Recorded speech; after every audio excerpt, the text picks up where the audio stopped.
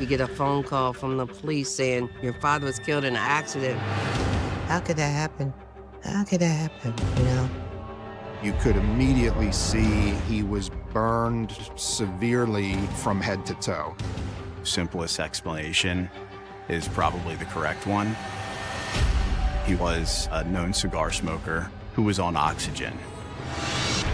But is it the result of a tragic accident or something more sinister? Some scenes make perfect sense, but this scene completely confused me. You could immediately see that he had no clothing on. The worst burns were on his back, which indicated where the fire had started.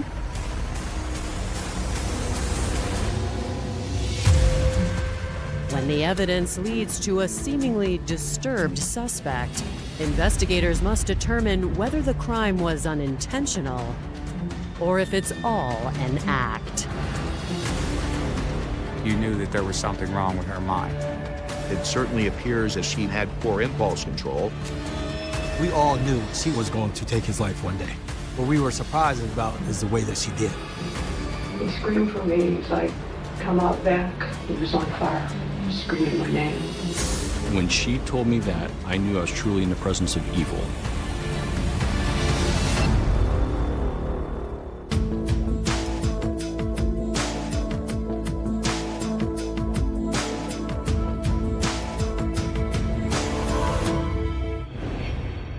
June 16th, 2022. It's 5:23 a.m. in Susquehanna Township, Pennsylvania, when police receive a strange 911 call. What's your name? Evelyn Your last name?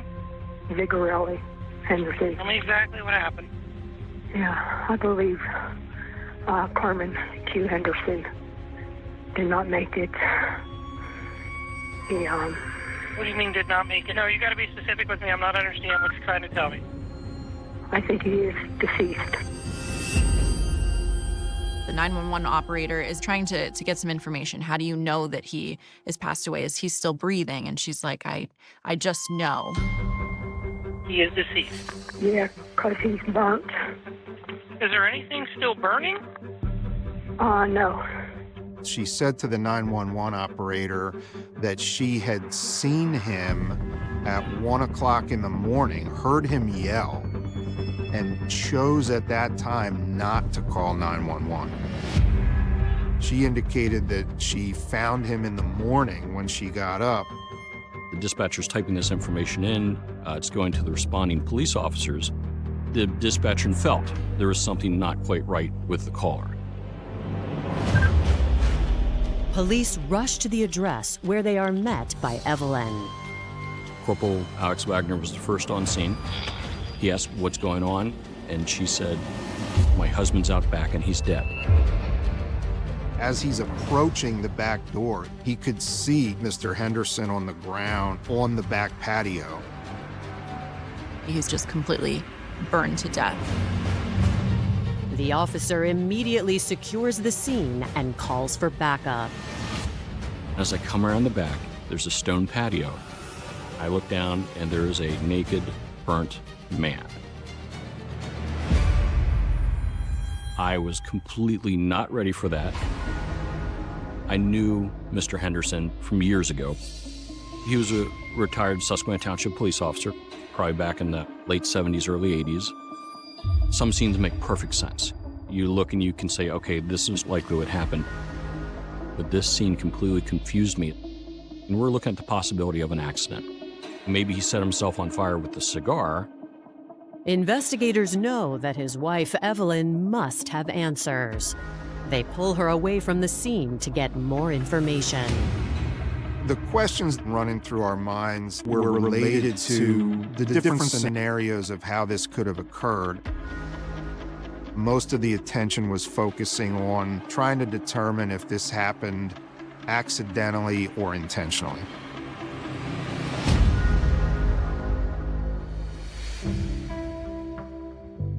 Carmen Q. Henderson was born October 31st, 1937 in Philadelphia to a doting mother. My grandmother, his mother took care of, gave him everything. He had everything he was to have as a child. He grew up in Germantown. They moved up to Harrisburg to change the way life was going for them. His mother worked for the orphanage, which is now the YWCA, and my dad went to school at William Penn High School. Carmen met his first wife in high school. The pair had 2 daughters together while he served in the military. He was an airplane mechanic in the Air Force. When he came out of the service, he worked for Firestone as a mechanic. Before long, Carmen decided he'd had enough of engine repair and began a new career back in Pennsylvania. First he was a state police officer. Then after that, switched over to being a Susquehanna Township police officer. He was one of the first minority police officers in this area. His reputation was, everybody thought he was an incredible man.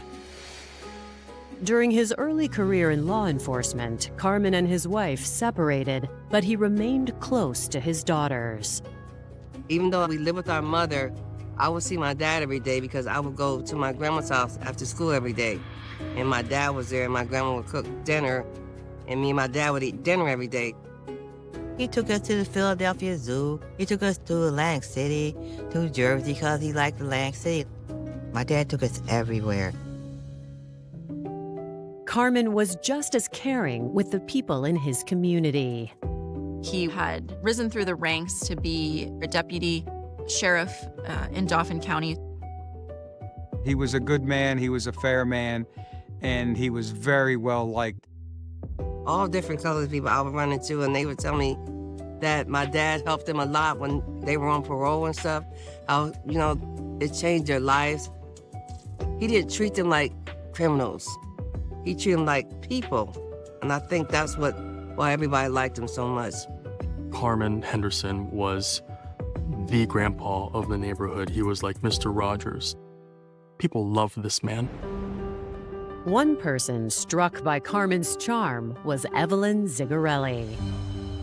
Born on March 4th, 1956 in Beaver County, Pennsylvania, Evelyn also seemed destined for a life of service. She came from a family with a political background out in southwestern PA. Throughout high school, Evie was active in a range of activities, including band, sports, and student government. She carried a strong work ethic from adolescence into adulthood, running for local office in 1983. She was elected clerk of courts in Beaver County in the mid-'80s. Eventually, she came to the Harrisburg area, and after she was here, after she met Mr. Henderson, she tried to run for office in Dauphin County.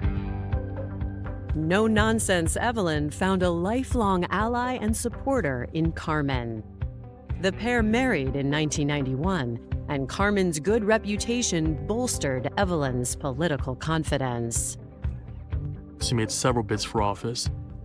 She came from Beaver County, and she thought that her experience and accolades and her past status as an elected official out there would instantly transfer over. That was a rude awakening when she came here and realized all of a sudden, no, you're an outsider. After a slew of lost elections, Evelyn and Carmen decided to pivot their energy into opening a business. Say, I'm just gonna give me a limousine. That's what I'll do. I'll just get me a limousine and start my own profession. He did most of the work for the cars, so he was able to save a lot of money that way. Evelyn ran the day-to-day part of the booking the trips and getting clients. They literally had the monopoly on limousines at one point, and I can only imagine, how proud he was of a business that he built.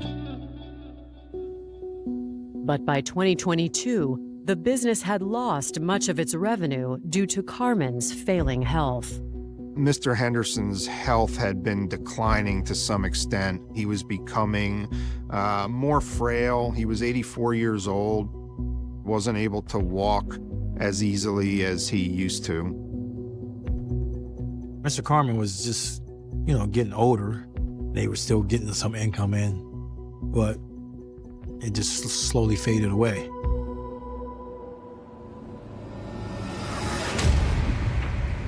But now, Carmen has been found burned to death in his own backyard, and police are desperate for answers.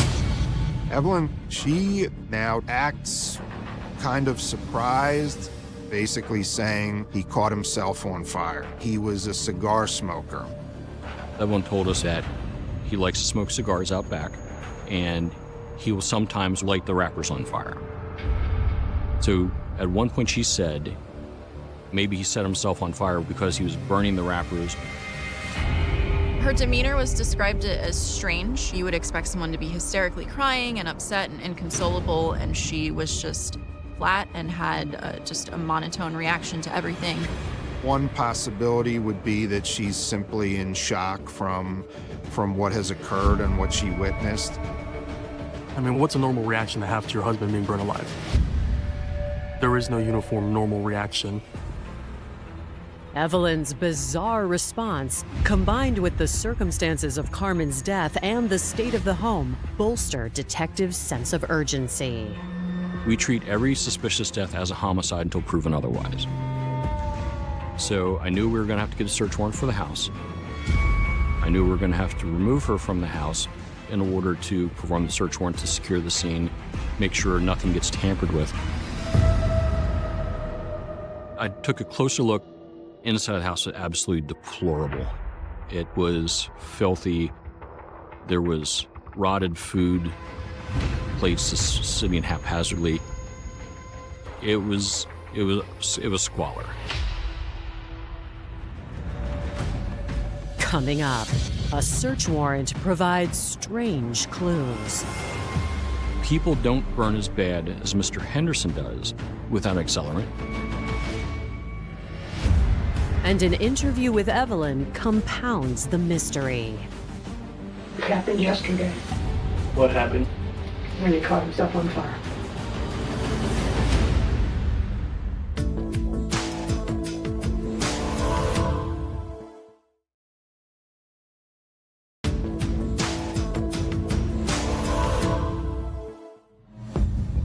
Pennsylvania police are investigating the bizarre death of a former officer, 84-year-old Carmen Henderson. His wife, Evelyn Zigerelli-Henderson, thinks he caught himself on fire. But given the neglected state of their home, detectives wonder about her mental state. One of the first things that we look at in terms of how well people are doing mentally is how well do they take care of themselves. If they're out of touch with reality or even just severely emotionally distressed, that can be reflected in what surrounds them. Sometimes a place filled with clutter and that is not clean and has all sorts of indications of mental illness. We asked her, when did you see him last? She said, last night he went out to smoke a cigar around 7 or 8 o'clock and I went to bed. And then she said that she didn't see him until she woke up this morning, called 911. Evelyn originally said she saw Carmen around 1 a.m. Evelyn is confusing details, and when you're getting different pieces of information like Evelyn is giving here, police are certainly going to be concerned about whether or not Evelyn is a reliable source of information. She had indicated that she was bipolar and she had stopped taking her medication. The characteristic bipolar disorder is cyclical mood swings from periods of elation to periods of depression. This can affect memory and cause a person to become confused, and that sometimes doesn't allow that person to perceive what's going on in the world in front of them. So I said to her, would you mind coming with us to the police station to talk? And she said, absolutely.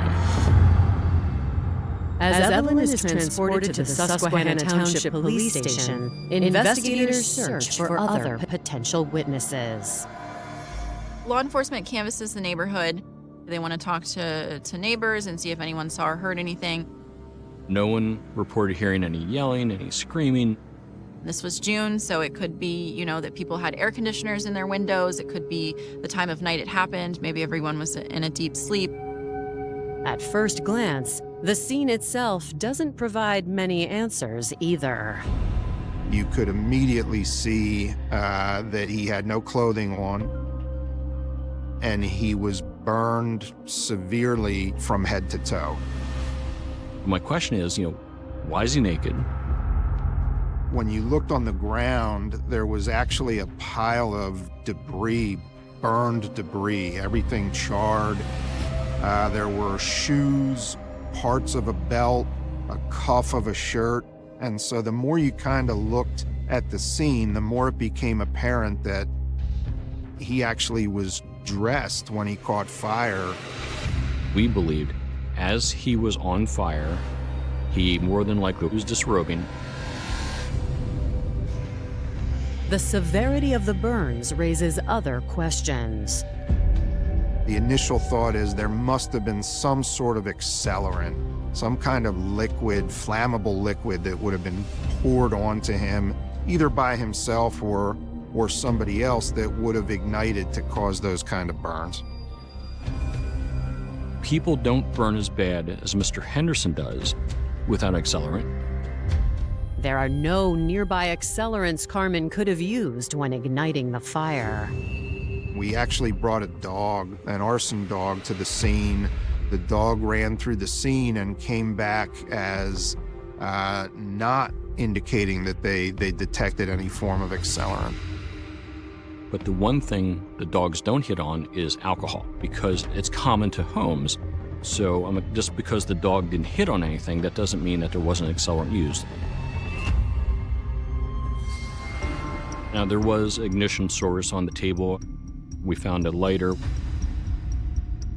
And also, very strange, we found a paper towel that was rolled up and burnt at one end, almost as if it was used like some people will use it to start pilot lights or something like that.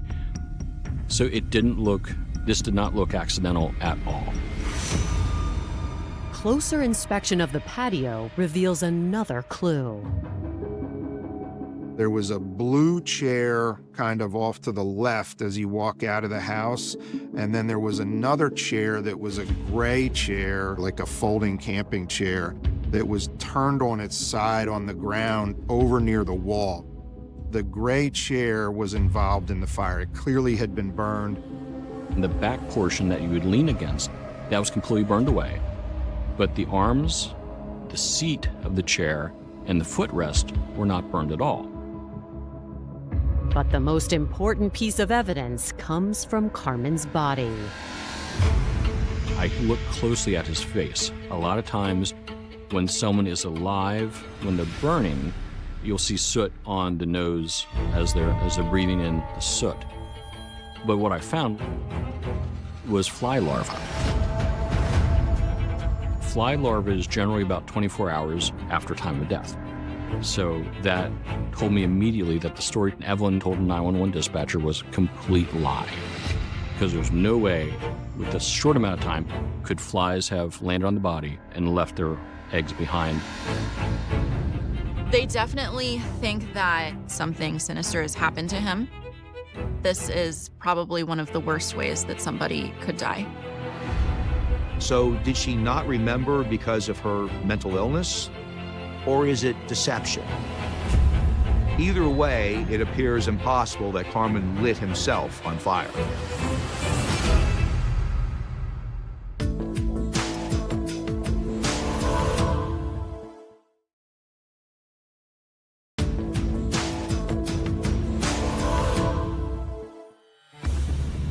Over 3 hours after Evelyn Henderson called 911, investigators are now seriously questioning her account of her husband's death.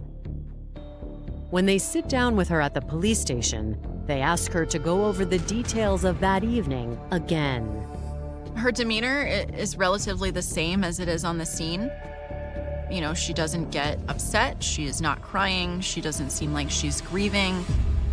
It did not seem like she was in any sort of shock from the incident at that point. That seemed like it may have been the case on the scene, but now we're hours later. She's removed from the scene. and she's clearly understanding the questions. So what happened that we're here today? Can you explain that to me? Well, I called 911 because Carmen Henderson needed help. I'm trying to get her into a story that's consistent that she's staying with. On the scene, her version was that the last time she saw Mr. Henderson was at 7 o'clock at night, and then she went to bed and didn't see him again till the morning. Then when she was talking to Sergeant Wilson, the time changed to 11 o'clock at night. I said, Evelyn, didn't happen. There's fly larvae in his mouth and nose. I said, that takes at least 24 hours to develop. It happened yesterday. What? Yesterday. What happened yesterday? When he caught himself on fire. Okay, so now walk us through that, because now we're talking about a whole different timeline now. When someone is not giving proper sequencing, it could be due to deception, but it could also be due to a number of other factors, including trauma. Unable to put Evelyn in a consistent timeline, they changed tactics. When they asked her, did you go outside to the back patio? You know, she indicates, yes, I went outside. Well, when I come to the door, it was already on fire. But I was not up there when it first happened. And that was about what time? I don't know, I guess it was 4 or 5 o'clock. I come back in to call 911, and I did. He screamed for me as I come out back. It was on fire. So what did he scream? He was just screaming my name. Evie. Evie. He fell down, he stopped talking, and she just went about her day until at approximately 5:30 in the morning. Evelyn Henderson dialed 911. Investigators are stunned to realize that at least 4 hours would have passed before Evelyn finally called police. When she told me that, I knew I was truly in the presence of evil. Some people make mistakes, some people do bad things, but she, at that moment, struck me as truly an evil person. I mean, how long do you think you looked at him before you called 911? 15 minutes. So you looked at him for 15 minutes? 10 minutes. No, it was less than that. Okay. How long do you think it was? 5 minutes. She knows she should have called. She saw him go down, but she just didn't. She had no good answer for why she waited to call 911. And of course, it's hard to come up with in your mind when you're trying to think, why would anyone wait? Could she have been having a mental health issue? Possible, absolutely, could be possible. But how she was telling the story, it just felt to me that it almost felt like it was more of a controlled act as opposed to a person with a mental illness. I felt she was involved, but we didn't even have anything concrete at that point. The interview continues for several more hours as police try to determine whether Evelyn had a reason to murder Carmen. She talks about their relationship as being kind of up and down, that it was good for a long time, but in recent memory that they had been arguing. That's what we were arguing about. Money. What were we arguing about money for? She goes, he doesn't know where all the money went, and he was blaming me for losing the business. Evelyn admits she mismanaged the finances of the couple's limousine company, overspending on luxuries. The spending on her part, the not being able to manage money, is what kind of put them under. She said that she knew that they're going to lose the house. They were $40,000 in debt on a second mortgage. They stopped making payments on it. She was worried about losing the home or not having a place to stay. She admitted at some point that there was a $10,000 life insurance on him. Evelyn said over and over again that she did not do this, that he lit himself on fire. She kept saying that repeatedly. So look, Evelyn, I said, nothing's making sense. I said, you know what? I said, I think it's going to point back to you, Evelyn. Coming up, Carmen's loved ones share disturbing stories about Evelyn. That's crazy, B-I-T-C-H. She effing did it.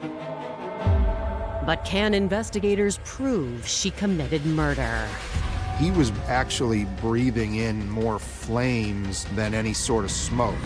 It's excruciatingly painful being burned.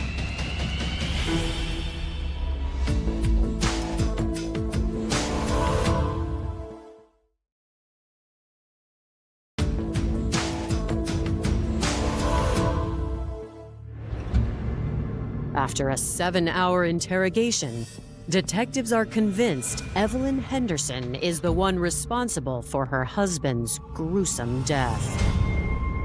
At that point, based on her changing stories, not having an accurate timeline of events, and all of the evidence on scene, the decision was made to charge.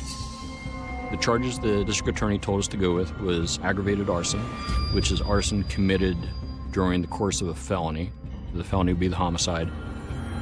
Evelyn is transported to Pennsylvania's Dauphin County Jail, while authorities continue to build a case against her. They believe personal testimonials and forensic evidence will help earn a conviction. We certainly had probable cause at that moment to believe that she had committed this crime and the charges we had charged her with, but there were things that still needed to be done. To learn more about the relationship between Evelyn and Carmen, investigators reach out to family and friends later that same day. We get a phone call from the police saying your father was killed in an accident. They were saying that he was set on fire. I said, how can that be? They said it's going to be treated as a homicide. So we're like, well, who did it? And they said, we arrested your dad's wife. I'm like, that's crazy, excuse me, that's crazy, B-I-T-C-H. She effing did it. According to Carmen's loved ones, the problems in the marriage had nothing to do with his treatment of Evelyn. My dad gave her everything. Everything you could think of. Trips, cars, clothes, jewelry. He did everything that she wanted to do. But she didn't seem appreciative of his efforts. They said Evelyn was rude to them, was mean to them, treated Mr. Henderson like garbage. She didn't want us in the house because of the things that she was probably doing to my father, and he wouldn't tell us. In order for my dad to stay happy, we just didn't go around because it seemed to upset her if we would come over there to see him. They say Evelyn's behavior seemed to grow worse over time. She would really just didn't have any type of people skills. So she would belittle people, she would be nasty to people. People that worked for the limousine company said she was mean and degrading and never had a kind word to say about anyone. She presented herself that she was better than them and everyone was below her. She had this air that she was like royalty. Evelyn was known to have some outbursts of anger and even yelling at strangers sometimes. And we know that people who've been diagnosed with bipolar disorder often engage in that very same behavior. Once Carmen's age forced him to retire, To the police it left station to talk, Evelyn and she said completely absolutely. in charge of the business. As And Evelyn is Carmen's transported to failing the health. Susquehanna Township Police He couldn't Station, do all the work investigators that he search for could other do on the cars. And Evelyn seemed to have more episodes. And when she was having episodes, she was also losing business. She was such a mean, horrible, evil person. A lot of people boycotted my dad's business.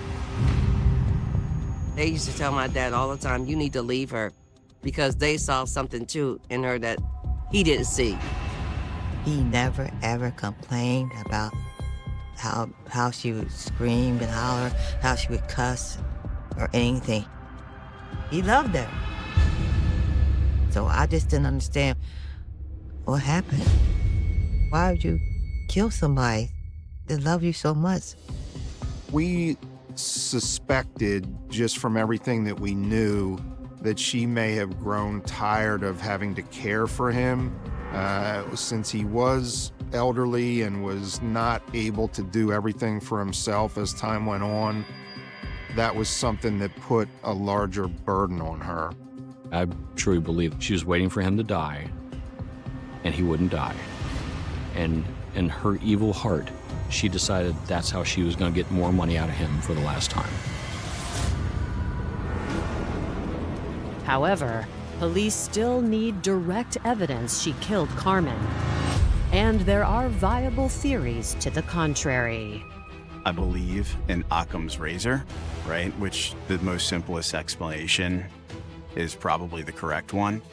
Carmen was a known cigar smoker. He was an elderly gentleman with some physical limitations who was on oxygen. I'm just not convinced that she did it. Some people have said that she suffered from some type or types of mental illness. But I don't necessarily think that that translates to somebody becoming a murderer. The autopsy still needed to be conducted here, and then the fire investigators had to complete their investigation as well. After somebody is charged and or arrested, that's really only the beginning of the investigation.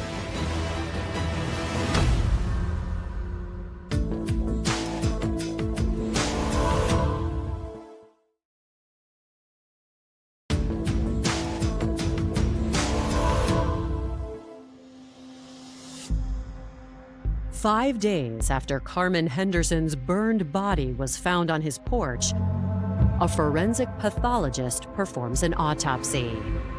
The toxicology results for Carmen Henderson were not exactly what you would expect to see in a case if someone dies from a fire.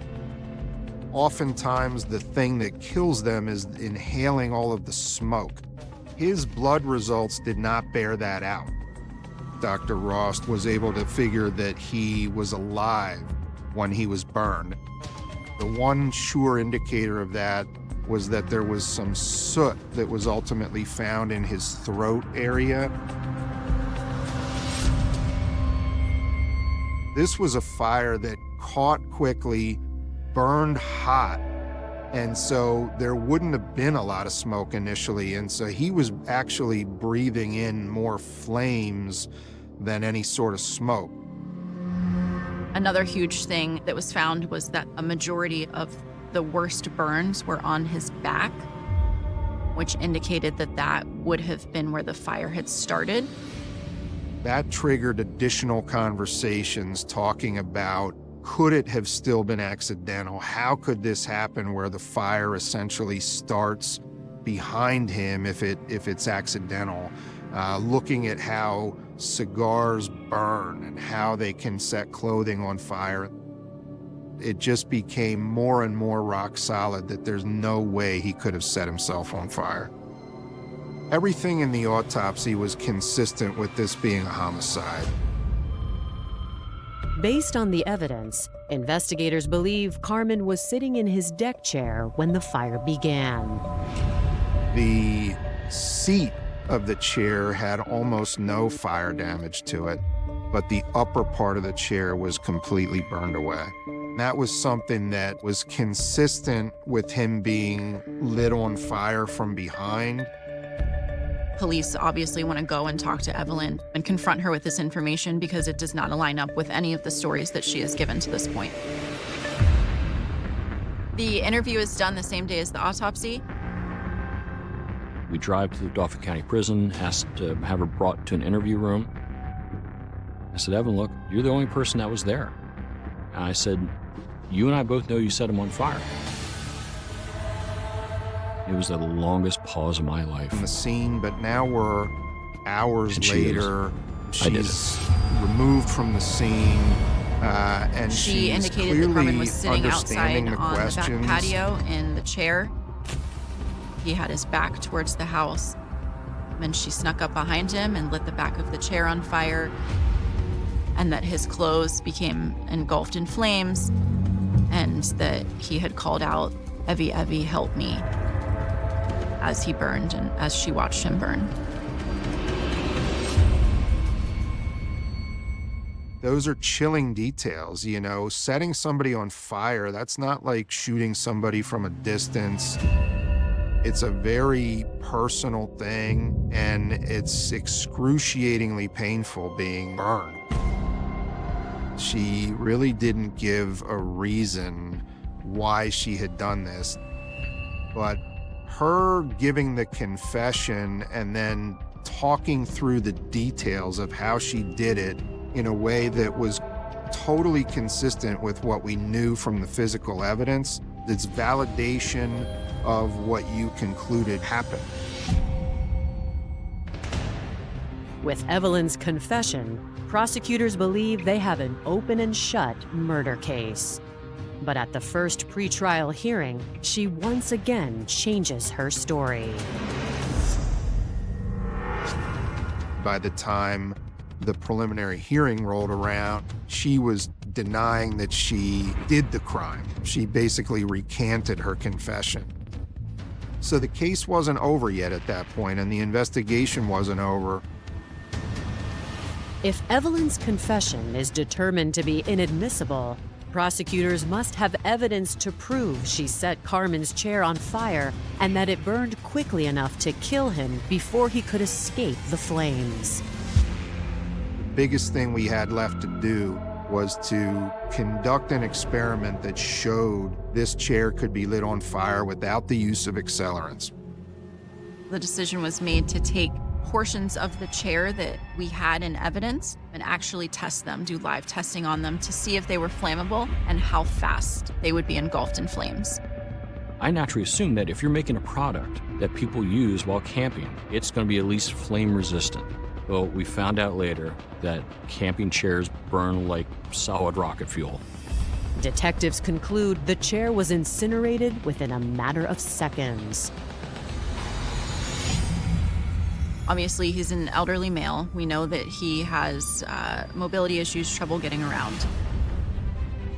By the time he is able to react, his clothing is now on fire.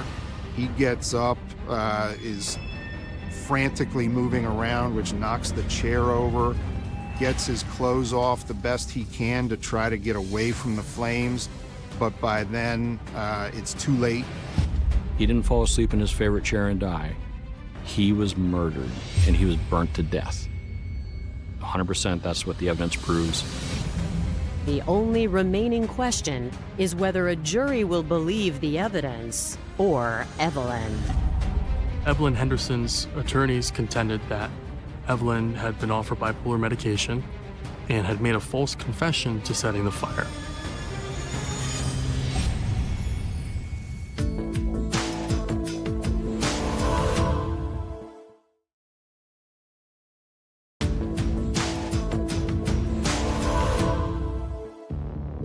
On March 12, 2024, nearly 2 years after Carmen Henderson burned to death, his wife, Evelyn Zigerelli-Henderson, goes on trial for his murder. My opening statement, I started it out essentially with what Carmen's last words likely would have been, which was, "Evie, Evie, help me." And I just kind of cried that out to the jury 5 or 6 times to really get them to understand the impact of how awful of a death this was. The crux of the defense at trial was essentially to say that Evelyn Henderson gave a false confession, and that the only reason she said she did it was because she had given up, as the defense put it. In many of these homicide cases, there is an element of mental health. The defense in this case certainly brought up that she was bipolar, which really the only evidence of that was she had indicated that she had stopped taking her medication. The claims of her being bipolar came from her and her alone. There was never any extrinsic evidence provided to us about that. The defense argues that the fire was simply look, an Evelyn, I said, accident. Nothing's making Evelyn sense. Henderson's attorneys I said, you know also what? argued that Carmen Henderson I said, set I think the it's going fire to point back himself to you, Evelyn. during their closing arguments. Going into deliberations, we just hope that the jury followed the evidence. The jury's verdict in this case was very interesting. They convicted her of second-degree murder, which is felony murder in Pennsylvania. That verdict kind of indicates that the jury didn't think that she meant to kill Carmen Henderson, but believed that she set the fire. The day that she was convicted, there was something that I had in my mind, a surprise for her. Sheriff Chimeni leaned over to me. He goes, you know those handcuffs that she's wearing? I said, yeah. Those are Carmen's. I asked Evelyn, how did those handcuffs fit? I said, these were your husband's handcuffs. Her reaction, her eyes kind of opened up and it kind of hit her. At Evelyn's sentencing hearing, Carmen's friends and family are given the opportunity to tell her how her actions affected them. I told her that if Mr. Carmen had survived the incident, he would come in bandages and all and be trying to convince the jury that she didn't mean it. He would forgive her. And I told her, that's the man you took from everyone. When I did the impact about how could you treat someone like that was so kind to you and loved you and gave you everything, that's when she broke. That was the first time she ever looked up and you could see in her eyes that she did it and that maybe she regretted it. Evelyn is sentenced to life in prison without the possibility of parole. It was relief that we had gotten some justice for Carmen and for his family and that they would be able to put this portion behind them. It's a very small portion of the grief that they'll have to go through for the rest of their lives. I don't know why my dad didn't see it. How could love overshadow something that evil?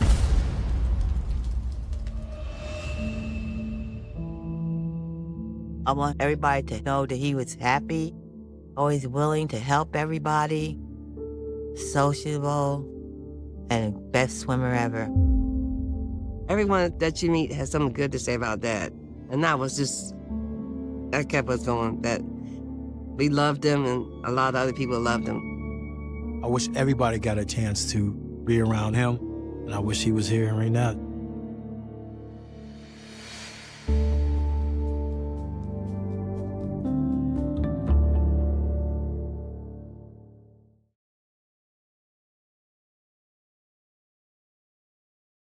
Still in them the desperate hope that if they cooperated, they would come to no further harm.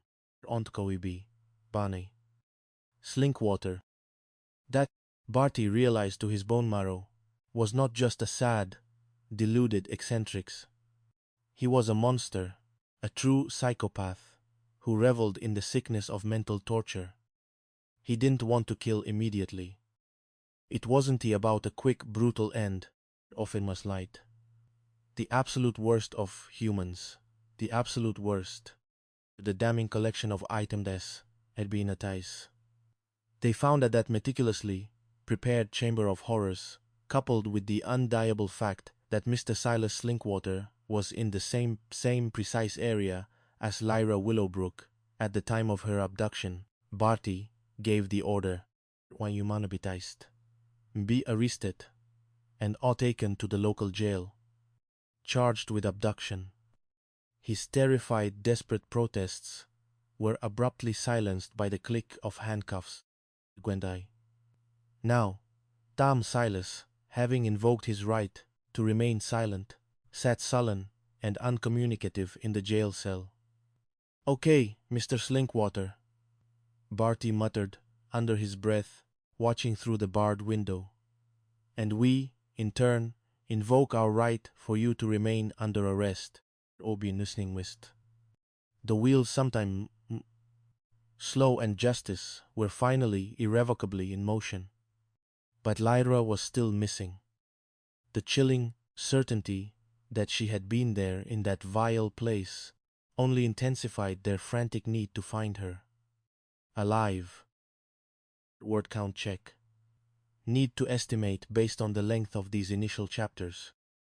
Each chapter above is roughly monin, namcham, hainachinan words. So, gomshum words. Sauchu chapter, saunefti, fokepo, r, deetli, chen, sehat, apete, r, bangmui, namchum, words. This is a solid start for one turn, omnigent, laying the groundwork for a long novel, in the narrative, and comedic elements in the next turn, pushing towards the namui. Hom, word, target across multiple iterations. Chapter Mot. The peculiar pounding in Oakhaven, often traumatized, wasn't so much on the map as it was politely hinted at, oblinda twice. Tucked into a sprawling patchwork quilt of cornfields in a state where folks measured time by harvest seasons, and the last Tuesday of the month was universally known as Pie, Night at Millie S. Diner. Oakhaven was a bastion of tranquil predictability, all the white traumatized. Of fertile soil, freshly mown hay, and an enduring whiff of small-town gossip. Crime in Oakhaven was typically restricted to a stolen garden gnome or old man Hemlock's annual accusation that squirrels had purloined his pecans, Wangislai. A man whose official police uniform always seemed to have an argument with gravity preferred this low-stakes version of law enforcement.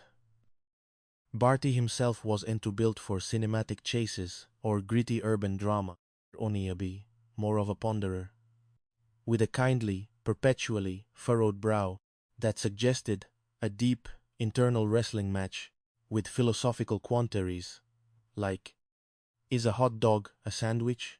Obiel traumatize. Wrinkles. His face was framed by hair that seemed to be actively trying to escape his head, creating a wispy halo of white. Barty had spent his entire adult life, a robust oak of dedicated service, upholding the peace in Peachtree County, Ufirui. He saw his role not as a mere enforcer, but as the town's chief caretaker, ensuring its quirky rhythms remained undisturbed, Opling Zuklay, which was precisely why, at Mimodzer, Bami Bay, 4 p.m., on a particularly muggy Tuesday in July, the insistent, almost frantic pounding on his front door sent a jolt of pure, unadulterated alarm through Barty's sleepy frame, waning Herbi. He'd been glorious, semi-conscious depths of a dream involving a giant, prize-winning pumpkin that doubled as a police cruiser, and the rude awakening felt akin to a small meteor striking his porch. Wando began. The tarnation, he grumbled, fumbling for his glasses on the bedside table, and in dream logic, cycled the usual Oakhaven emergencies. Cycled through the usual Oakhaven emergencies. Mrs. Gable in peril, perhaps Barty's own estranged son, Bartholomew Barty Jr., Bumble, attempting to serenade him with a particularly off-key accordion rendition. The Guite. He shuffled down the floorboards, creaking a symphony of protest beneath his weight. Meist. He tugged open the door, squinting against the porch light, expecting a lone, embarrassed face. Instead, he found a small, agitated delegation. At the front, wringing her hands with a force that threatened to twist them clean off, stood Eleanor Willowbrook, white, tromting again. Balokli, Uwikaitin. Eleanor, whom bar to ride a tricycle, looked like she de-aged 10 years in the last 10 minutes. Kofinbi, coiffed hair, was escaping its pins.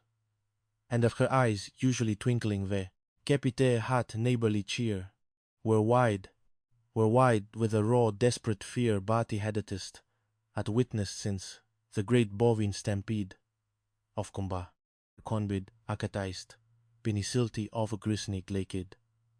Bless his gossipy heart, despite his disdain for squirrels And Milchev herself, her floral apron tied tighter than usual, whispered anxiously, their collective apprehension, a palpable, suffocating blanket in the humid night air, Austing it out, her voice thin and ragged.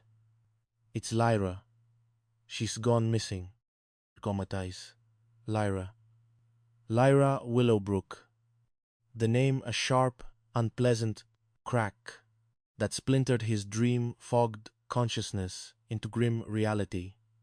Lyra Eleanor.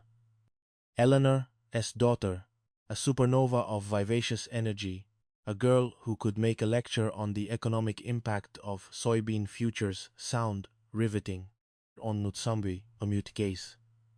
Lyraby, with Bartis SN, own middle child. A radiant spirit who was currently home for the summer from lofty academic halls of the State University in Havenport, some 40 miles east, with Ioneprus.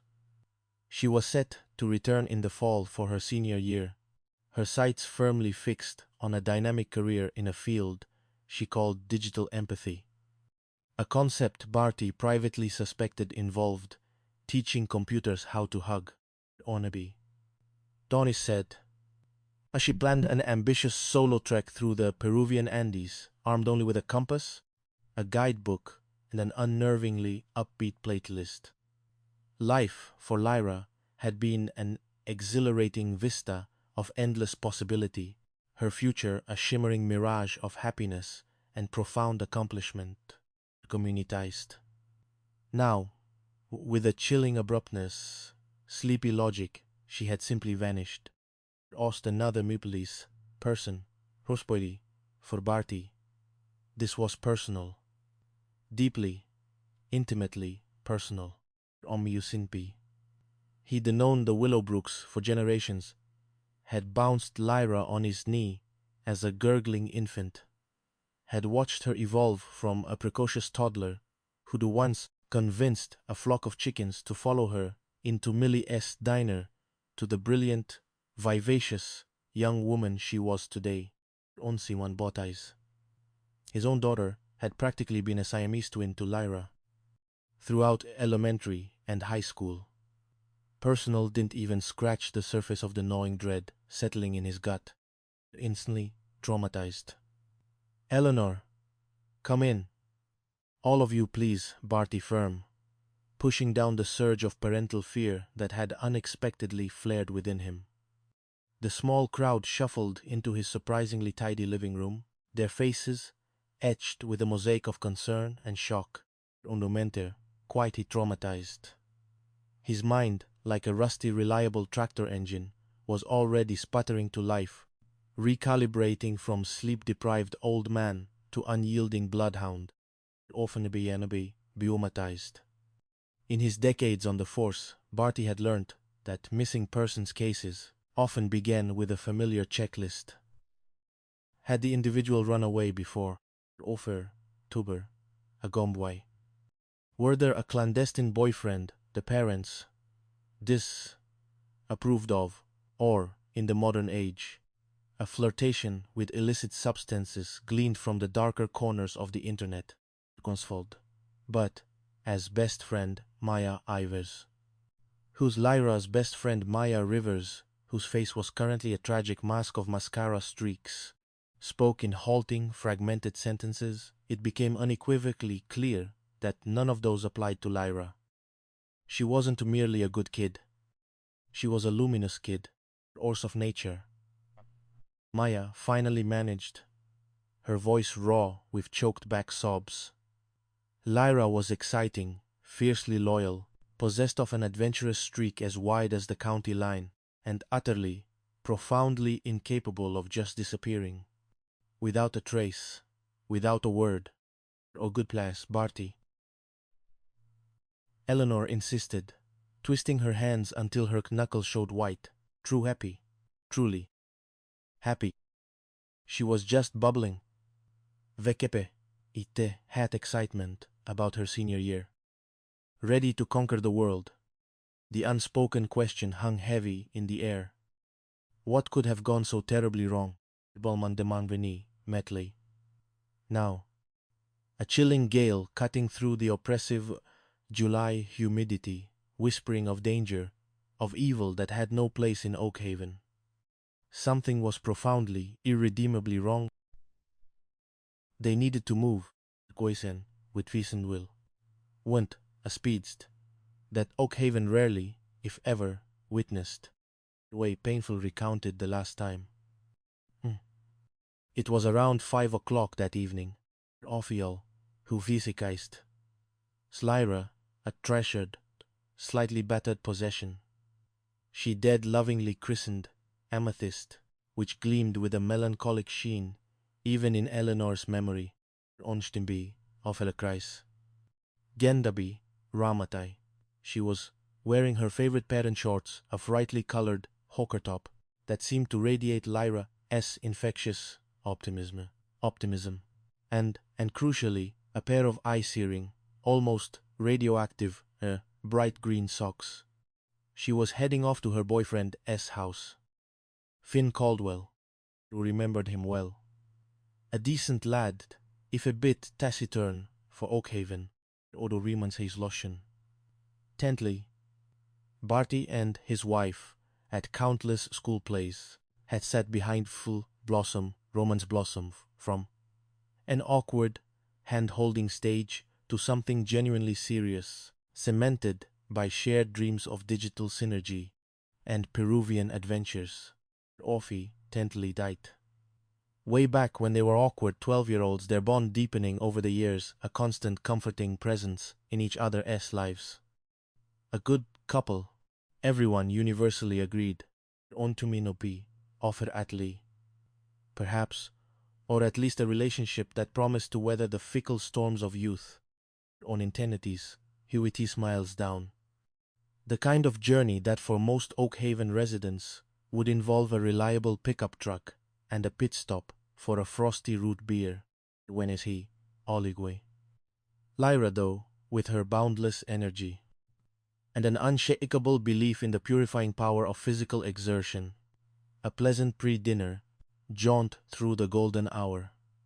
She'd pedaled off a bright, fleeting flash of purple and green, waving goodbye to her mother, Poskil.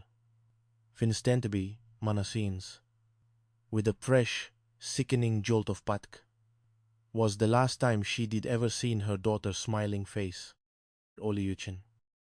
Around Muize Bami Foot, PM Finn had called, a nervous tremor in his voice, boys, his usual composed demeanor replaced by an edge of frantic worry. Has Lyra made it home? Mot haven't heard from her. On traumatize. Assumed Lyra was simply still ensconced at Finn's place, probably debating the optimal font for an artisanal jam label or some other esoteric college kid topic, felt an immediate internal freeze. The phone went cold against her ear. Frantic drives up and down, County Road South, flashlights cutting through the inky blackness. Desperate calls to Lyra's friends, each answered with mounting bewilderment, the sickening, creeping emptiness of not knowing, waiting. We shared our locations on our iPhone, Eleanor explained. Her voice now barely a whisper, her hands locked together, as if holding on to the last shreds of her composure. A dot that tells you where they are. What town, what state, how many miles away. She trailed off, staring blankly ahead. On 9 o'clock, it just said, location not found, not even a gray dot, nothing. My stomach just sank, like a stone. That was a huge, blaring red flag. She must hide. Barty knew that peculiar brand of digital dread. In a town where folks mostly communicated via rotary phone or shouted greetings across their front lawns, this newfangled technology, for all its convenience, could also deliver a silent, chilling verdict, Andromat said. Flew thick and fast amongst the assembled neighbors. Agitated whispers that sounded like the rustling of dry leaves. Maybe an accident? Hit by a rogue tractor? A reckless driver fleeing the scene. leaving Lyra injured and alone in a ditch somewhere? Oshini, Tundion. Hospital, within a 60-mile radius from the small understaffed clinic in Oak Haven to the gleaming, sprawling medical complex in Havenport. Nothing, not a single admission that matched Lyra's description. Unfamiliar chill. A cold tendril of professional dread, uncurling in his gut. The investigative process of elimination in these harrowing cases was often a cruel and merciless beast, going traumatize. Once you systematically, relentlessly ruled out the benign possibilities, the runaway, the family spat, the unfortunate accident, you were, inevitably, ruthlessly forced to confront the nefarious pussy. Oak Haven might be a haven of small-town innocence, but it was a mere 2 miles from the Michigan state line, and only a short drive, some 50 miles. From Havenport, a city Barty grimly knew to be, sadly, a bustling waypoint for various less-than-legal enterprises, including, heartbreakingly, human trafficking. On a B, Binzachli Akawai, Lofinis Lice, Offer Otait, Bear, Okleist. If Lyra had been abjuct for something so unthinkable, she could be, across state lines, swallowed by the anonymity of a new geography, long gone, by now, and traumatized. Pasley, all right, Barty said, pushing himself off Tarwienith's armchair, his voice resonating with an authority that belied his rumpled appearance. Here's what we do, and we do it now. Reggie, he barked, pulling his deputy DS number from memory and hitting dial. We put out a bolo, gone traumatized. Be on the lookout. Purple bicycle, bright green socks, floral hawker top, denim shorts. Give 'em the full description. And call every hospital within an 80-mile radius. Havenport, Riverton, even those little out-of-the-way clinics, just in case. Move it, deputy. Win by Dortuut, Elalat. S. A silent promise, passing between them. He would find her, no matter what it took. Condison. Chapter High, Bright Star, and the Boyfriend Blueprint. Bumble, Declis. Reggie Gumble, Deputy, and Chief Barty, as perennial sidekicks, answered on the second ring, his voice tight with the strained readiness of a man who always expected the worst, even when delivering a plate of muffins to his grandmother, who appeared to be acting individual, whose uniform, always permanent to be active his lean frame, nascent, had the sort of permanently anxious expression that suggested he'd just sniffed something profoundly disagreeable, even when the air was redolent with freshly baked bread, can be of Dalurusis. Lay a surprisingly sharp, meticulously detailed mind, an uncanny knack for spotting the obscure and the out of place. Barty always said Reggie could find a misplaced thimble in a hurricane. He traumatized. Chief, everything all right? Reggie's voice crackled, laced with the instant anxiety of a man who Illotti rarely received calls after dark unless it involved a rogue cow or a particularly rowdy game of bingo. Oh no, Reggie, it ain't. Tet, Barty replied, striding towards his desk, snatching up a pad of paper and a well-chewed pen. Conbitin is missing. Gone without a trace since she left Finn Caldwell's place this evening. Mott need a bolo out. County-wide stat. Purple bicycle, bright green socks, denim shorts, entirely, floral, hawker, top. And call every hospital within an 80-mile radius, Havenport, Riverton, even those little out-of-the-way clinics, just in case. Move it, deputy. Untraumatized. Reggie, His voice understood the gravity of the name. Lyra Willowbrook wasn't to just a girl. She was the girl known and admired across Oak Haven. Right away, Chief. Hospitals. Bolo. Everything. Do you want me to coordinate search parties? On the notes on his pad. Barty grumbled, jotting down notes on his pad. On it. First, we, Lautrec, step in. Any missing person investigation is to talk to the last person who saw them, which means a little chat with young Finn Caldwell. Motluglung meet you there in 20 minutes. Don't to do anything to alarm the residents or the local fauna, Offetley squirrels. Good launch. He hung up a detailed contingency plan for alarmed squirrels, also in testament to meticulous organization. A neat contrast to the casual entropy of Oak Haven. Finn lived in a modest but tidy farmhouse. A bit too modern for Barty's taste. A slight eyebrow raiser in a town, clinging to its architectural heritage like barnacles to a hull. All bimatite. Car, its siren mercifully silent, pulled up the gravel drive. Finn Caldwell was already waiting on the porch, a thin, disheveled figure, backlit by the yellow glow of his porch light. Uni Muspically. His usually neat blonde hair was a mess, his eyes red-rimmed and bloodshot. His usually self-possessed demeanor had evaporated, replaced by a raw that even Barty, who prided himself on detecting subterfuge, recognized as genuinely devastating. Enticed. Chief Bumble, Deputy Gumble. Finn managed, his voice tight, hoarse with the effort of holding back tears. He swallowed hard. Thank you for coming. Mot don't understand. Mot can't believe. She is not home. Komai traumatize. Barty clapped a comforting hand on Finn S. Inside, the farmhouse smelled faintly of freshly baked bread, a jarring domestic detail amidst the mounting tension. Just tell us everything, Finn. From the moment Lyra arrived until the last time you saw her.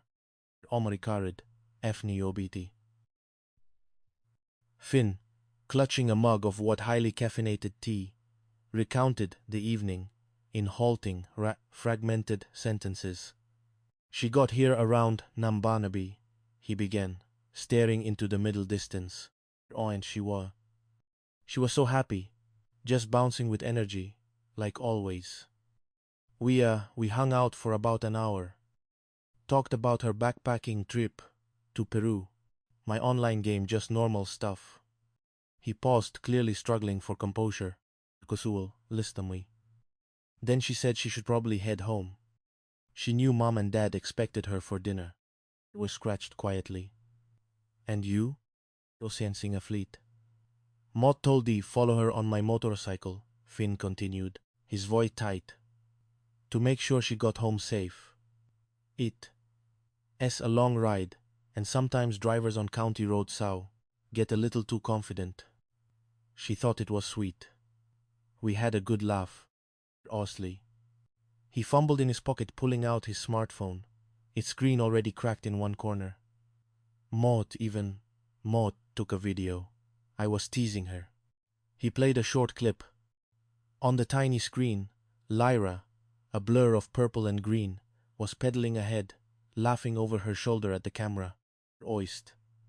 Finn's voice, clear and playful, boomed. Ride faster, slowpoke. You look lung never make it to Peru at this rate. The video ended with a final, fond laugh. The timestamp glowed starkly in the upper corner. Sauser Bonmiba Food PM. Ominike. Alive and well, cycling down County Road Sau, seemingly without a care in the world. The image, even on a small screen, was haunting.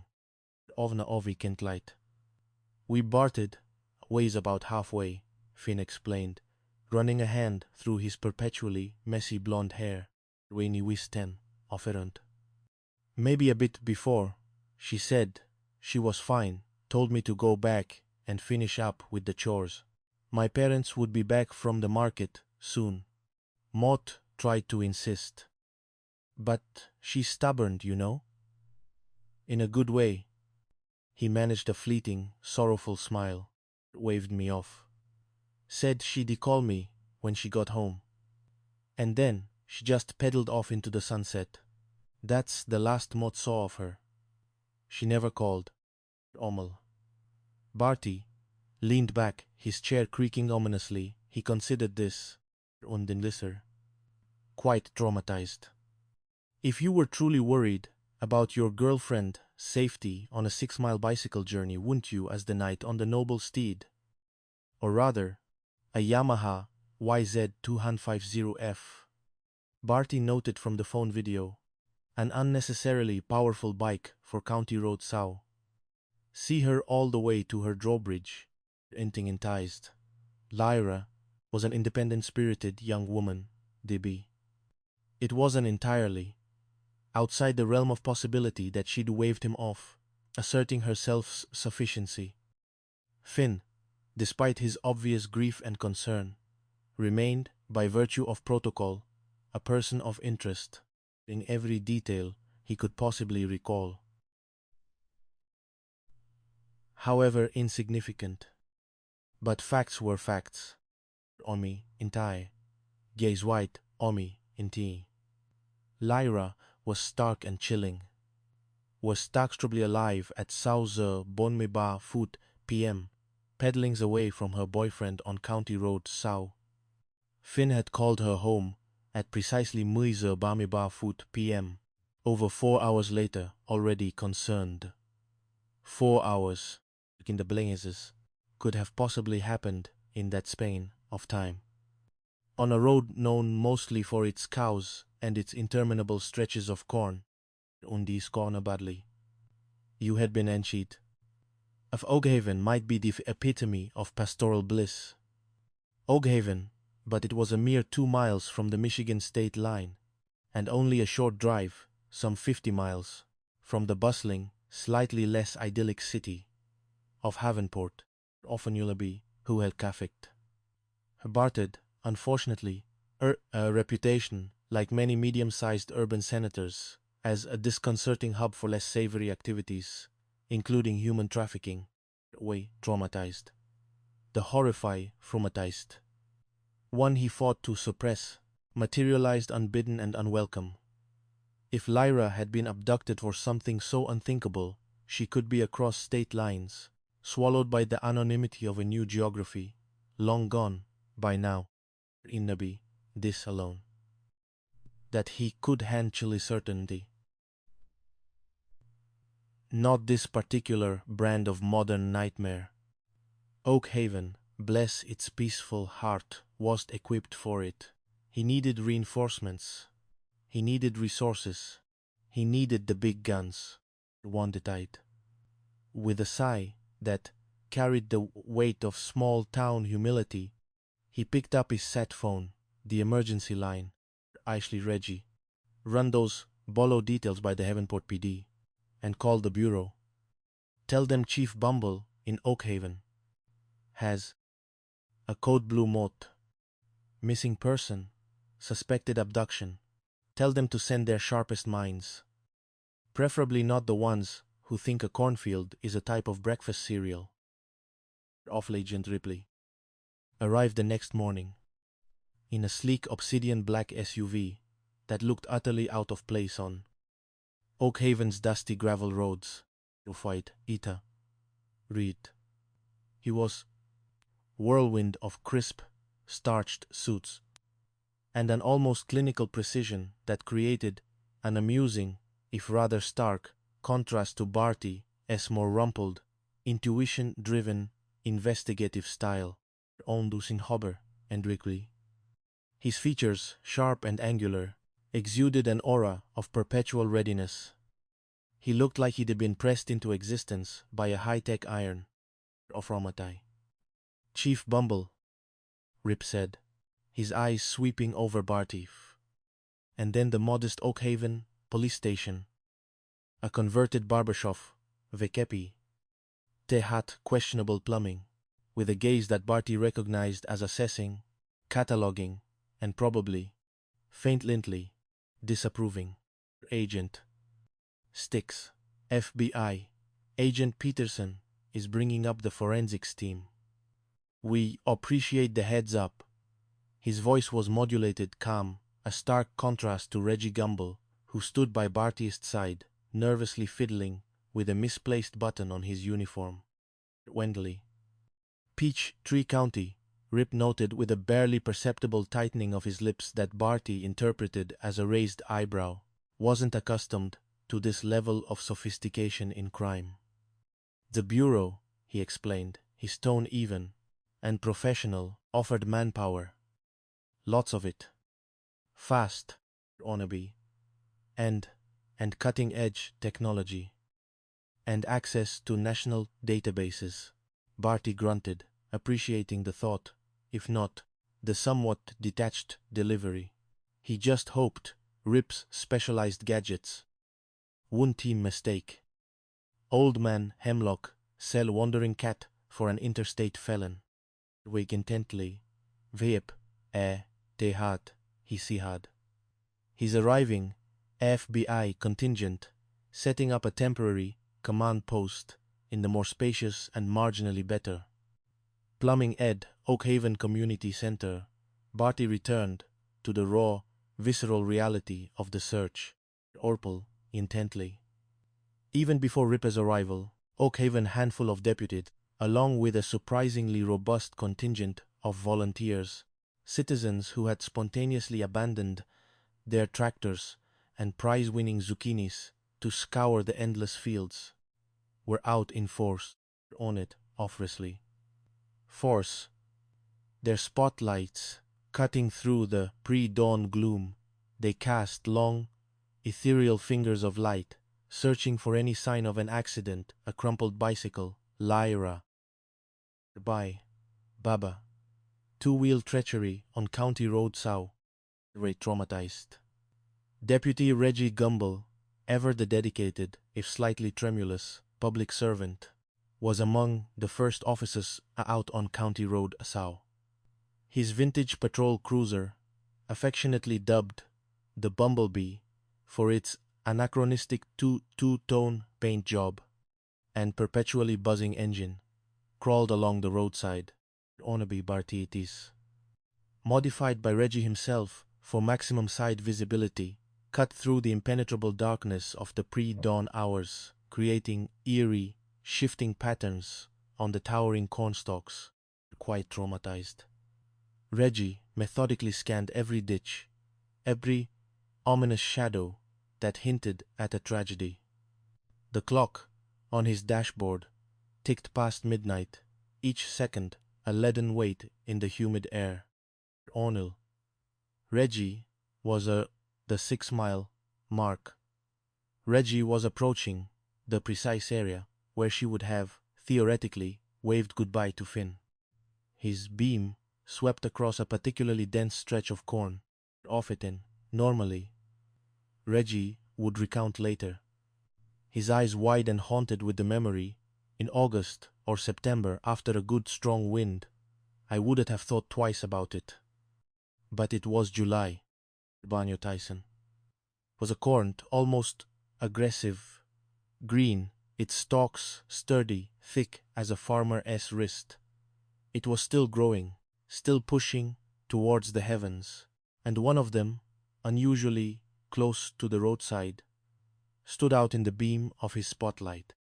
It was undeniably broken, endly, or a top snapped by a curious. The entire stalk, low to the ground, was bent at an unnatural angle, almost severed at the base. It hung limply, a dark, accusing finger against the backdrop of its healthy brethren. It aches more than the deer to do that, he muttered to himself, a cold, hard knot of alarm tightening in his stomach. Deer, while sometimes clumsy, typically left cleaner breaks, less forceful damage. This was violent. Intentional, ontinger again. Fantly, vertauschensheid. Reggie pulled the bumblebee to the side, kicking up a spray of gravel. He grabbed his heavy-duty flashlight and beam its dark, powerful white and stepped gingerly into the cornfield. The tall stalks immediately swallowing him, muffling the distant hum of his idling cruiser, Benby Imesasone. And something heavier, something metallic and unsettling, that Reggie couldn't quite place. His boots sank slightly into the soft off earth, disturbed by some recent activity. Almost a tie. His beam swept across the dirt, across the thick, rustling stalks, illuminating the crushed, disturbed ground around the broken corn. And then it froze. He didn't quite know what he was looking at, not at first. A tangle of metal, a flash of bright color, obscured by the dense vegetation. And then it clicked. A bicycle, twisted, mangled, a vivid, unmistakable shade of purple. Rosny than a January morning in Oakhaven. He knew, with a dreadful, heart-stopping certainty, that he wasn't just standing in a cornfield anymore. He was standing in a crime scene. A vivid, purple bicycle. Yes, Lechiet, his beloved amethyst, but no rider. No Lyra, Auntie said. The profound noise, the profound emptiness she should have been was a heavier weight than the humid air. Benchnabi. DT. Pushing Plauti Tentin, pushing through the stalks that felt suddenly hostile, like silent tentates. Sentinels guarding a terrible secret. Hello, he called, his voice thin and reedy. Surprisingly small against the rustling leaves and the vast, oppressive quiet. Way anyone out here? Are you injured? Silence. Just the humid night and the unsettling, rhythmic shh, shh, shh of the cornstalks. He checked the immediate area, his flashlight beam frantic, picking out nothing but the endless green. A few agonizing moments. Inexplicable sense of wrongness. He backed out to the roadway, heart pounding a frantic rhythm against his ribs. He grabbed his radio, his hand shaking so badly he almost dropped it. Gemawitait. He stammered into the mic, his voice with grim news, raw, with the shock of discovery. Chief, it says Reggie. Motmot V found her bike. In the cornfield, less than a quarter mile from the Willowbrook place. It is pretty bad, Chief. I think this is a crime scene. Wanna try Tingaby. Barty, now fully awake and propelled by a fresh surge of adrenaline, arrived first, his old patrol car screeching to a halt beside the bumblebee. Into Gurismat. Banund. Behind him, materialized out of the pre-dawn gloom, an Oakhaven Sheriff S office cruiser, then two, then three, then the slick, dark feds mobile lab that Agent Styx had expedited. Omsin Ovishtalip. Corn blossomed like macabre dandelions in the pre-dawn hours, delineating the silent tragedy. On down, Lutus. Grim movements of specialists under the harsh glare of portable halogen lights, casting grotesque shadows that danced in the rustling corn. It out, Barty said, his voice clipped, unusually devoid of his usual drawl. He donned a pair of pristine latex gloves, pulling them taut over his big work-worn hands. The mood had shifted irrevocably. The possibility of a runaway or even a simple accident had vaporized, Onaby ogoitized. This was different. This was something dark and ugly, something that Oakhaven, in its comfortable sun-dappled innocence, had never truly encountered. The forensics team, a whirlwind of specialized equipment and silent efficiency, descended upon the scene. Two distinct groups, meticulous and methodical, began their grim work. Ofud Algreed, Avicini teased, feud passen, see, and bent stalks with the solemnity of archaeologists unearthing an ancient tomb. The search around the bicycle was painstakingly thorough, artificial light glinting eerily in the artificial light. They discovered a discarded orange screwdriver. Not a farm tool, not a common household item one would expect to find lying forgotten in a cornfield. It was too small, too particular, of a traumatai. Further meticulous sunglasses. One pair, a stylish cat eye frame Lyra had bought just last spring in Havenport, was immediately identified by a tearful Eleanor Willowbrook, traumatized. The other pair, cheap pair of aviators, generic and unremarkable, belonged to no one in Lyra's known circle. Deputy Higgins, the youngest officer, ventured a nervous, half-joking theory. Maybe an alien abduction, Chief. We've always got the shades. Intergalactic jests. This was no time for intergalactic jests when the most chilling find, almost camouflaged by the rich soil. A single, bright green sock, almost swallowed by the dark earth. Lyra's signature, radioactive green socks. The evidence, gathering faster than the morning fog, built a crushing narrative on behind traumatize. Did not simply walk away from their mangled old bicycles, leaving behind one of their socks and 2 pairs of sunglasses and an odd orange screwdriver. Inteshli, Benmei, Esinei, Banamei. Each discovery a sickening punctuation mark in the story. Patches of darker stains on the lower corn stalks, glistening ominously under the forensics lights, unmistakable in their viscous sheen. Blood. Thick, dark, arterial red. Enter confrontati. Someone was hurt. Banati didn't need a medical degree or a fancy FBI training course to know, with a profound, soul-deep certainty, that it was Lyra. The likelihood of her leaving this spot on her own free will had just plummeted to 0. It was an abduction. Plain and simple and absolutely terrifying. Rosayen. Bonatly, a Tumin community, Banbi, Reggie Gumble, still visibly shaken, pointed out a section earth near the roadside where the cornfield met the gravel shoulder. Chief, over here. Saw this earlier, but Motmot didn't know what to make of it. Looks like tracks, Ontul Twimikais. Bill, with a critical eye, then took photos with a small, professional camera. Motorcycle tracks, he stated, his voice devoid of emotion, but his jaw visibly tightened. Unmain rule. Looks like someone sped in, then sped out. Fairly recent. Definitely after the last rainfall. Off into light. Traumatized, a collective, a permit the grim, pre-dawn scene, a whisper of dread that moved through the small group of investigators. Finn Caldwell, the boyfriend, the last person to see her, the one who had followed her on his powerful motorcycle for a portion of her journey home, Onaki, intended, Banbin. The circumstantial dots, with a chilling to Nautend, were beginning to connect, forming a picture no one wanted to see. Huti.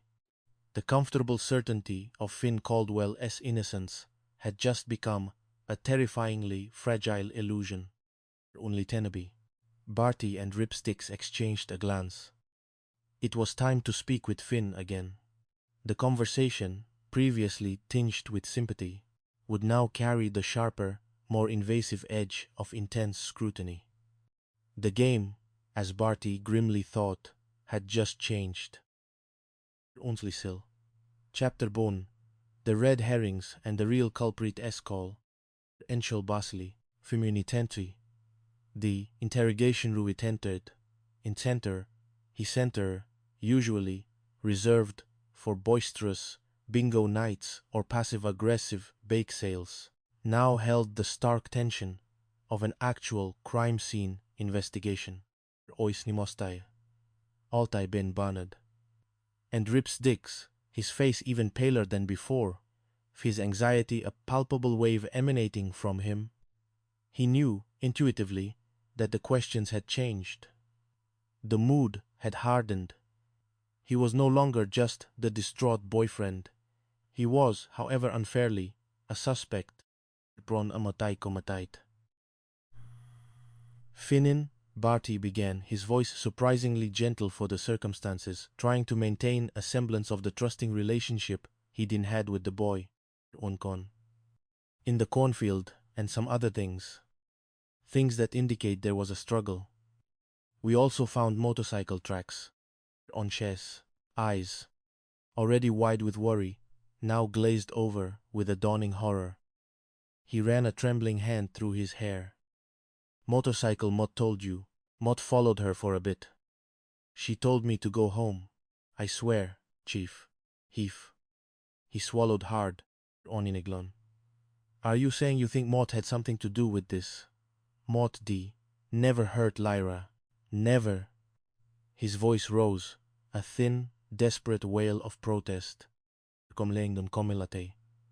Huristed. Ripstick slid the search warrant across the table.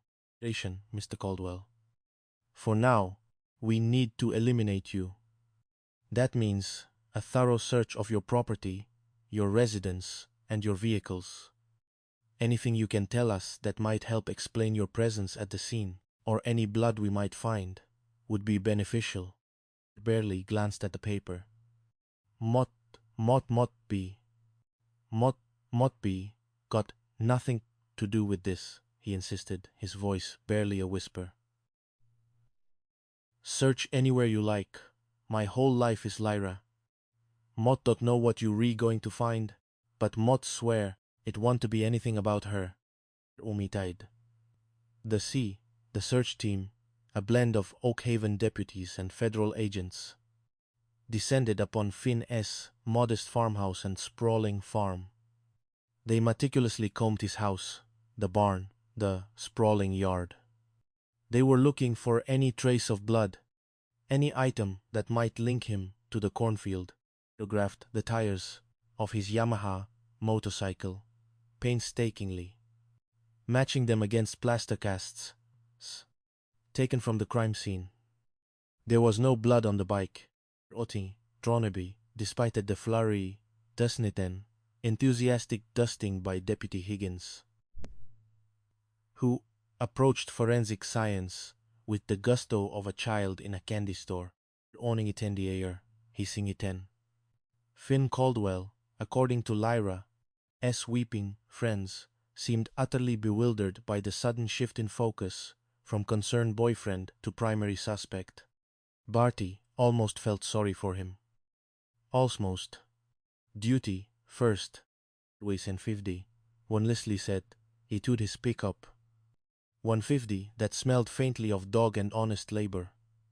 It was there wedged haphazardly in the truck bed, under a pile of discarded feed sacks and rusty tools, that they found it. A pair of tan canvas coveralls, undeniably. A distinct red stain. Immediately, suspicions rocketed skyward, eclipsing the last vestiges of Barty's empathy. Blood. It looked undeniably like blood. Could this be it? Could Finn, the quiet teddy bear boyfriend, harbor a darker, more sinister secret? Bitten. Barnabid, Deputy Nevesbeg with the coveralls, like a trophy, practically hyperventilated. Chief. Sir, blood. We've got blood. Dubag, his face grim. What's this, Finn? He asked, his voice now colder, sharper. Autumn blinked, peering at the stained fabric. Oh, those. Yeah, those are my hunting coveralls. I wore 'em last week. Hunting trip with my dad up near Havenport. Got a deer. Bit messy, but good venison though. He offered a weak, uncertain smile. In tennis. Barty. Ever the seasoned. was about to dismiss it. No matter how innocent the explanation sounded, it sounded too innocent and a bit too convenient. The overalls, carefully bagged, were immediately dispatched to the state crime lab in Havenport, but in Offiner again. Heavy with anticipation, punctuated by the nervous energy of the community, completely sly. The rumor mill, usually fed by mundane tales of runaway cows and church bake-off sabotage, was now churning at a fever pitch, each whisper adding a new, lurid detail to the story of Lyra and Finn. Millie at the diner was offering unsolicited, dramatic theories to every customer, each more far-fetched than the last. S. The results trickled in from the lab. The blood, they confirmed, was indeed animal blood, deer. Not Lyra S. Another wave of relief, thin but potent, washed over Barty. And the tire tracks from Finn S. motorcycle? Onsi weighed and traumatized, but they had distinct patterns. Found at the crime scene. Not even close. Finn Caldwell was officially, and with a weary sigh of genuine relief from Barty, out of the running as a suspect. Why, he wasn't there. He wasn't responsible for what happened. The missing pieces of the puzzle just grew larger. Over 24-hour tide had Norovekep bled into the abyss of Lyra's disappearance. And the pressure on law enforcement was immense, a crushing, suffocating weight that descended Vekep itehat each passing moment, weaklim traumatudis. Yet a sliver of hope still clung stubbornly to the edges of their grim determination. They had to find her alive, unicotely Finn traumatized. The Oak Haven of community spirit and surprisingly good hot lunches had generously opened its gym as a makeshift command post when awful traumatized. The place, you joy squeak of sneakers on hardwood, was now a chaotic symphony of buzzing phones, murmured conversations, and the low, anxious murmur of human despair. Volunteers poured in, a steady stream of well-meaning, but often utterly unhelpful citizens. On it, Afterleby, S. Barn. Tips, some potentially crucial, including one about a fanciful, seen hovering over Silas Slinkwater S. Barn, trickled through the phone lines, each one meticulously logged by Deputy Higgins, who treated every caller like a potential Nobel laureate. Only, both credible and profoundly ludicrous, flowed in and out like a chaotic overflowing river. Only the press, sensing a major story in this quiet, idyllic pocket of Americana, descended on Oak Haven like a flock of ravenous crows on a forgotten picnic. Their cameras flashed relentlessly, their microphones thrust forward like aggressive periscopes. Meant to be. The local Tuvian reporter, Brenda Blather. Tehat hair lacquered into submission by an industrial-strength aerosol product, and an unwavering, if somewhat performative, earnestness provided hourly updates from the cornfield perimeter. Mon by traumatized. Her booming voice, normally narrate triumphant zucchini weigh-ins, now crackled with gravitas as she described the vast, impenetrable sea of corn, gesturing vaguely, almost taking out a startled volunteer, honest-looking searchers. But, awfully, about a fit. Trudging through the seemingly endless rows, a large-scale search is about to begin for the missing young woman, Lyra Willowbrook. She was last seen at Sau.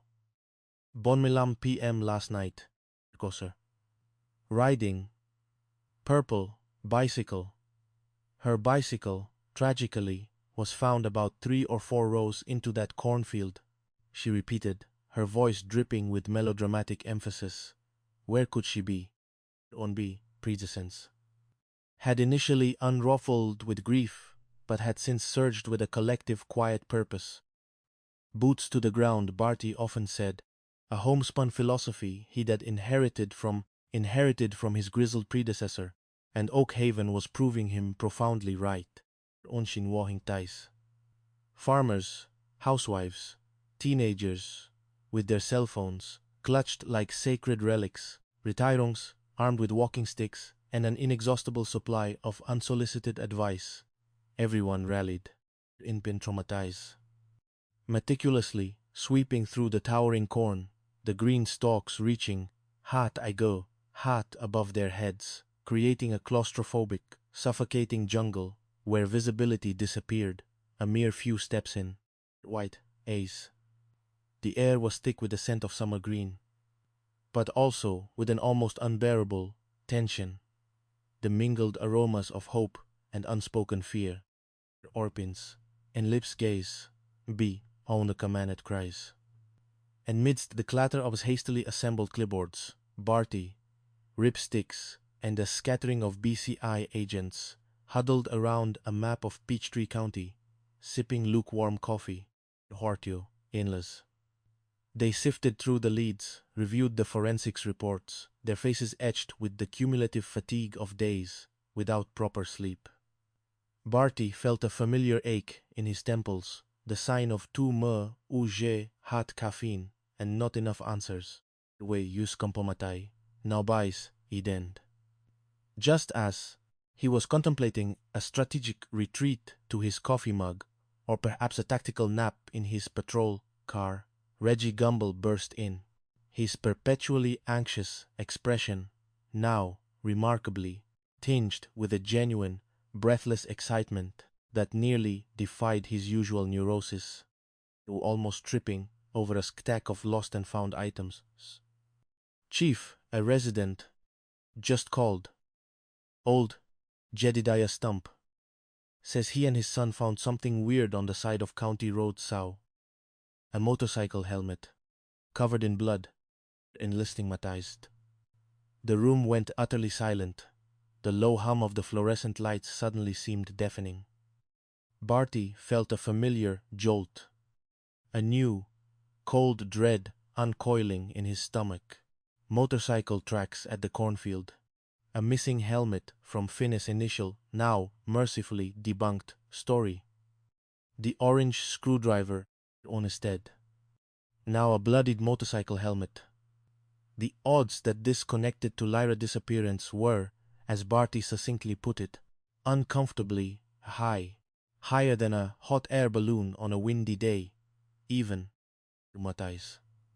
The game, he realized with a sinking heart, was most definitely afoot, and this time it was personal, with a vengeance.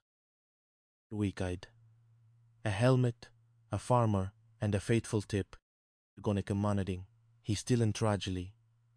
Anif, the son, often a still witness to human tragedy, was a molten western horizon, casting long, distorted shadows across County Road Sow. Barty was once again pulling up a dusty gravel path, this time to the property of Jedediah Jed Stump, looked permanently tanned and leathery. Like an old saddle, a testament to decades spent wrestling with corn, stubborn soil, and the vagaries of Midwestern weather. Omid, traumatized, his plaid shirt of mismatched greens and browns was almost identical to the previous one. Barty had seen him wear, a reassuring, if slightly aromatic, constant in a world gone mad, owning in yin tight.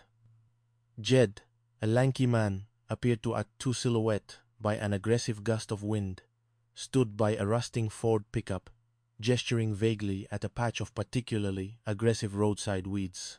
Eventually, who had quite traumatized. Stood ramrod straight, radiating an aura of mild disdain for dust and mosquitoes. Even in the sweltering heat, Rip's tie remained perfectly knotted. His voice, a gravelly rumble that Jed could probably soothe a restless combine, recounted his story with a farmer's deliberate, unhurried pace. Aussie, me and my boy, young Jed Jr., we were heading back from checking the fence lines yesterday evening. Sun was just sinking, getting dark real fast. And Jed Jr., he yells, "Pa! What's that shiny thing in the ditch?" And there it was, just laying there like a fallen crow's nest. He pointed. Black it was. Looked a bit battered, truth be told. Figured someone just tossed it. County Road 6. You find all sorts of things. See, old tires, a rogue lawnmower, even found a banjo once. So, Jed Jr., bless his heart, he just hopped out, picked it up, we beamin', and tossed it right in the back of the truck bed, we say, but with a significantly less sun-weathered face. Nodded earnestly from the porch. Didn't think nothing of it, he chimed in, almost defensively. Just seemed like junk. We traumatized. The problem, as Jed Sr. elaborated with a sheepish glance at Barty, was that they hadn't given it a second thought until this morning. Traumatized. Shrill voice, perpetually set to maximum melodrama, had crackled from the radio during their morning coffee, detailing the mounting evidence from the Lyra Willowbrook case. The motorcycle tracks, the orange screwdriver, the sunglasses, anyone who'd seen anything unusual. It was then that the light bulb had flickered on, dim and uncertain, in Jed's mind. A black motorcycle helmet. Could it be? Gunatisan view. Mr. Stump, now in daylight, Barty said, his voice quiet but firm, as he and Rip peered into the back of Jed's pickup. There it lay, incongruous, amongst rusted tools and discarded hay. A black motorcycle helmet, on its dull, scarred surface, and unmistakable in the dying light, were numerous dark, rusty red stains. Blood. Odol Gornontust. The evidence screams, Ripsticks stated, his voice flat, devoid of the mild humor he sometimes displayed when encountering Oakhaven's quaint customs. His face, usually a mask of calm professionalism, was now taut with a focused, grim determination. Ombi, someone ve kepinte, had a motive, someone with a past.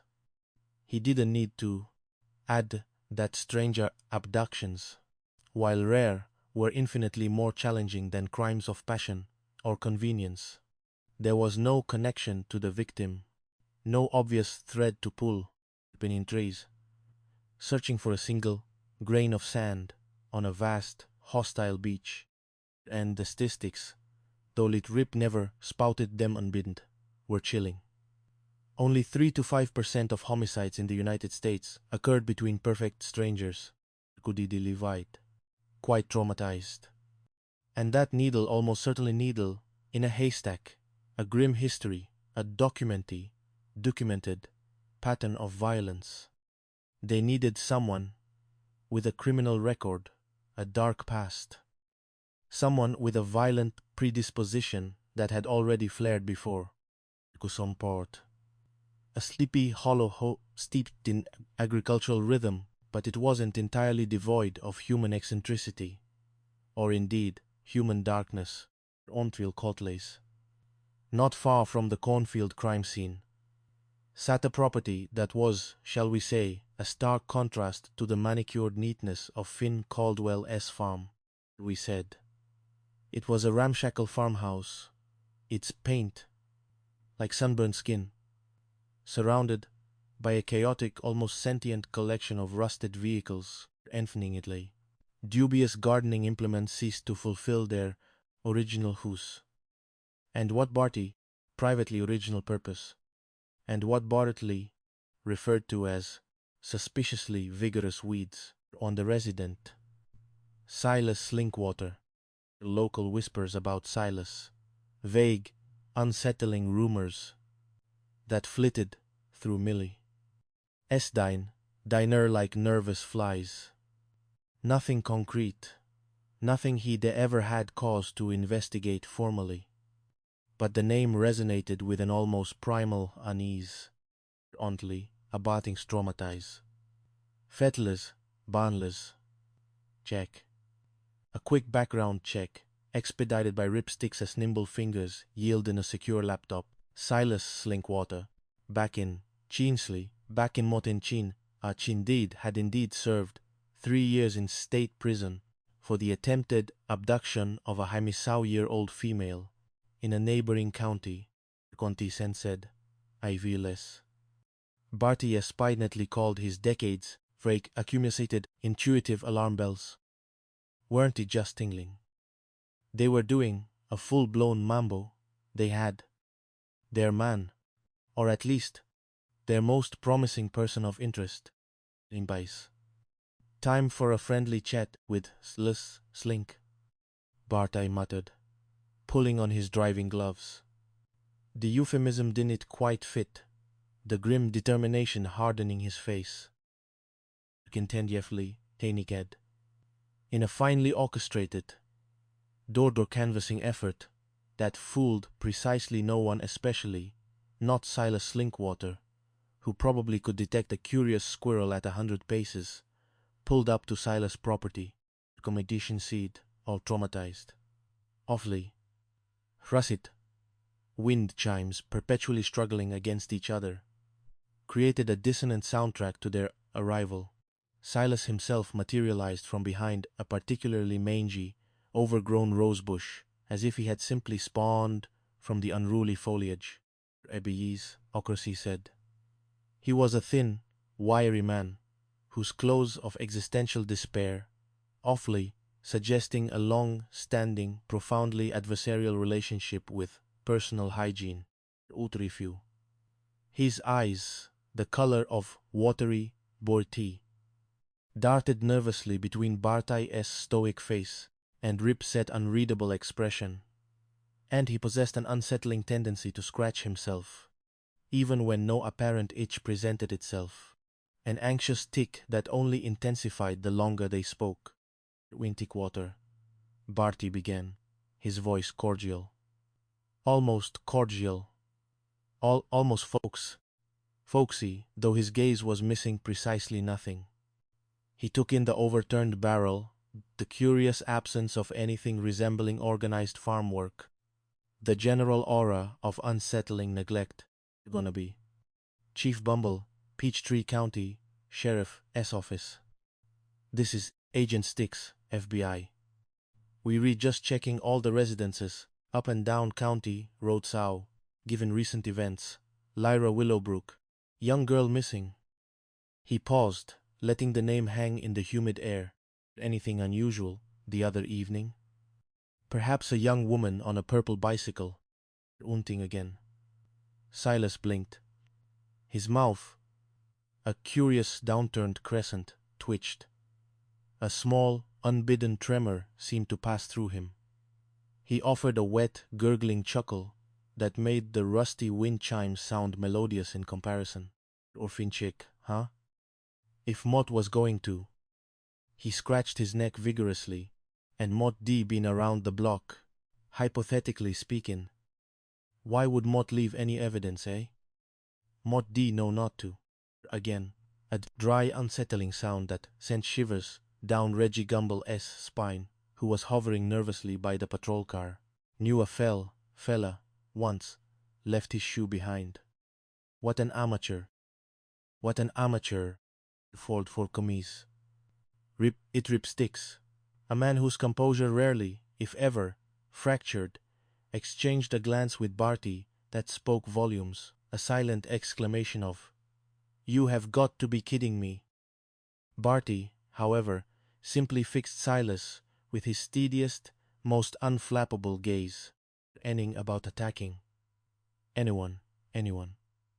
And is not cool to say that you know not to leave evidence. Are you implying you've been around the block in that particular way? Are you saying you've killed before? Traumatized. Silas, suddenly flustered, recoiled, as if physically struck, his previously brazen confidence deflating like a punctured tire. No, no, no, Mott haven't he killed anyone. Just hypothetically speaking, you know. Just being observant, community beast. He's walked like a trapped fly. To the vast, whispering cornfield, across the road, then back to the officers, a fleeting moment of self-incrimination on spidey senses. Now, not merely tingling, but doing a full-blown Charleston, were screaming. Something was profoundly, fundamentally wrong with this man. Gunejumari's conviati eyes. Silas then launched in bizarre account of his movements. On the evening, Lyra disappeared, a story that grew more convoluted and improbable with each passing sentence. Only, Huebi, Sirid. Mott was riding my motorcycle, Silas mumbled, actively avoiding eye contact, now intently inspecting a stubborn patch of dirt on his boot. Omia caught me. Just cruising go wherever, you know. Wherever the road takes me. Wasn't really paying attention to where Mott was going, just reading. But then the bike started having trouble, see. Making a real racket. So Mott had to pull over. He gestured, vaguely, then more specifically, towards the cornfield. Went to one. Where all fancy pants trucks are parked, had to walk into the cornfield, like 10, maybe 15 foot in. Did want anyone to see it, or me. A man got his privacy right. He paused, his eyes narrowing conspiratorially, into a beat. Later, when Mott was done fussing with the bike, Mott came back out, and Mott saw this bicycle. Purple. Just laying there on the side of the road, by that broken cornstalk. But Mott met no thief, no sir, so Mott just moved it. Shoved it a little further into the field, entreby.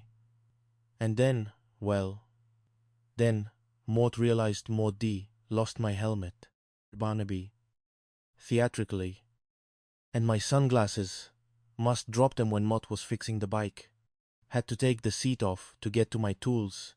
You see, D, and everything just easily, D, and everything just fell out. Clattered, all over. Bad luck. He peered intently at Rip's sticks, as if seeking confirmation. You guys got my helmet then? The black one? Reed. Rip, ever the paragon of professional poker faces, nodded slowly, almost imperceptibly. We do have a black helmet, Mr. Slinkwater, found near the cornfield. Cool mine then, Silas declared, a triumphant, if utterly unconvincing, grin spreading across his face. On the blibby. He seemed genuinely pleased with his improvised, fantastically transparent alibi, utterly unaware that he had just, with an unbridled flourish of self-incrimination, tied himself irrevocably to the very center of the burgeoning crime scene. He might as well have pinned a neon sign to his chest. Ines traumatized. Barty a Slinkwater-esque property in a stunned, silent tableau of disbelief. They did need to speak a single word. Their shared look conveyed it all, the sheer absurdity of Silas' story, the glaring contradictions, the blatant self-implication. Bentromena, Finchley said. It was so comically incompetent that it almost defied belief. Wait, traumatized. This, Barty finally muttered, as they settled into the police cruiser, Wigan. From Silas' sex. Eccentric cacophony of rusted metal and anxious scratching is our guy, Bentobayen. He just wrote his own search warrant and probably swiped confessed to a dozen other fun things besides, if we only canoe kept what they were. Awful. The light was fading fast now, swallowed by the cornfield, suppressive gloom. Barty's usually benign expression was now a granite mask of grim determination. The hunt for Lyra had just taken a very dark and very concrete turn. Ontinlestide. Chapter Sau, the Chamber Oakhaven, as Corn Country, an unfortunate Barry Sheriff, S office. Post barbershop conversion, which an unfortunate residual scent of stale hair tonic, mixed with ambition. Barty worked with an intensity that belied his age and rumpled exterior. Ophulist. The search warrant, painstakingly drafted with ripsticks. Meticulous legal mind overseeing more folksy prose, covered every inch of Silas Linkwater's ramshackle property. House, garage, outbuildings, and every single unruly weed on his overgrown acreage. They were looking for blood, in Teneby, for any sign that a human chamber, any makeshift against their will. Even with Silas as their primary suspect, Barty clung fiercely to the thin, fragile hope that Lyra might still be alive. That somewhere, somehow, she was just waiting to be found. Quite Tromai property was an eccentric tableau of rurally decay, a defiant sprawl of neglect in an otherwise meticulously tended farming community. The farmhouse, a weather-beaten relic with more peeling paint than structural integrity, seemed to sag under the sheer weight of its own disrepair, traumatizations. A leaning garage, choked with what appeared to be generations of discarded automotive ambitions, looked perpetually on the verge of collapsing into a sad pile of rusty dreams. Wentiglitly, the largest structure, a barn that's hunched menacingly against horizon that drew Barty's most profound attention. It loomed, dark and silent, an ominous punctuation mark in the pastoral landscape, often great. As the search team, a multi-agency blend of Oakhaven deputies, FBI agents in their crisp, perpetually unrumpled uniforms, and BCI forensic specialists began their methodical sweep, Silas watched on the Besint and the BB. Cocktail, nervous defiance, and simmering agitation marring his already unpleasant features. On Nokande. Quiet traumatized that he clutched a dirty baseball cap, twisting it with a nervous energy that seemed to churn the very air around him. On begin. When the team, led by, finally approached the barn, Silas immediately intercepted them, almost placing himself in their path. His voice, usually a nervous whisper, took on a strained, desperate quality, rising sharply in the humid afternoon air. Oddly, he insisted, wiping a sleeve across his perpetually sweaty brow. The gesture merely smeared more grime, alding in there. Just old hay, if Mott was going to have some little chamber, or a hidey hole, or whatever, it would to be at my own house now, would it? Not where it could be found. A man needs his privacy, all can to beat. He heavy duni titilid, with a peculiar guttural sound that could have been a cough, or perhaps a stifled sob, commish-laced. At that precise, utterly transparent moment, Barty's spidey senses didn't merely tingle. They just perform a vigorous Charleston. They did a full-blown Broadway production, complete with jazz hands and a kick line, the barn. That's precisely where they wanted to be, Quaistamona to be, Slinkwater be, the inverse law of Silas the effect. If Silas vehemently the effect denied something be, it was almost certainly the epicenter of whatever illicit activity they were investigating. It was practically a universal constant in Oakhaven. Connotize. Don't you worry your head, Mr. Slinkwater, Barty said, his voice surprisingly calm, despite the frantic alarms blaring in his skull. We just being thorough. That's standard procedure. He offered Silas a smile that, though meant to be reassuring, probably looked more like a constipated grimace. on it traumatized. Silas merely shrank back, his eyes darting frantically like a cornered animal. Onenby, boys den. Offa Disney said. The barn, a claustrophobic, unsettling silence, greeted them, broken only by the creak of old wood underfoot, the rhythmic snick of Ripstick's camera, and the distant, almost ghostly hum of forensic equipment being set up outside. Mustis ofeteist. Again, the air hung with a peculiar smell Barty couldn't quite identify, a blend of old hay, something acrid, and a subtle, cloying sweetness that made the hairs on his arms stand on end. In Naidomai to Blettley again began to accumulate, each one a nail in the coffin of Silas' innocent denial. Every single window Barty noticed, from the tiny vents high up to the larger, lower panes, was completely spray-painted black, getting traumatized. A thick, opaque coating that allowed no light to enter, no light of intart to escape. It felt like walking into a deliberate, suffocating void. An unnatural, unsettling chill seemed to hang in the air, a stark contrast to the oppressive, sticky July heat that simmered outside. Elistan nothing again. It was a cold that nothing to do with temperature and everything to do with dread. Offity Higgins, the artificial glow of his flashlight, pointed a trembling finger at the floor. Chief, Agent Sticks, look here. The ground, a mix of compacted dirt, ancient straw, and scattered animal droppings, looked suspiciously neat, freshly raked, almost occupies. Of pristine earth in an otherwise chaotic, neglected space, it made absolutely no sense. Biscuit. And then Silas' final. In the very center of the barn floor, obscuring a large section of the ground, stood an unusual, carefully constructed pile of hay bales.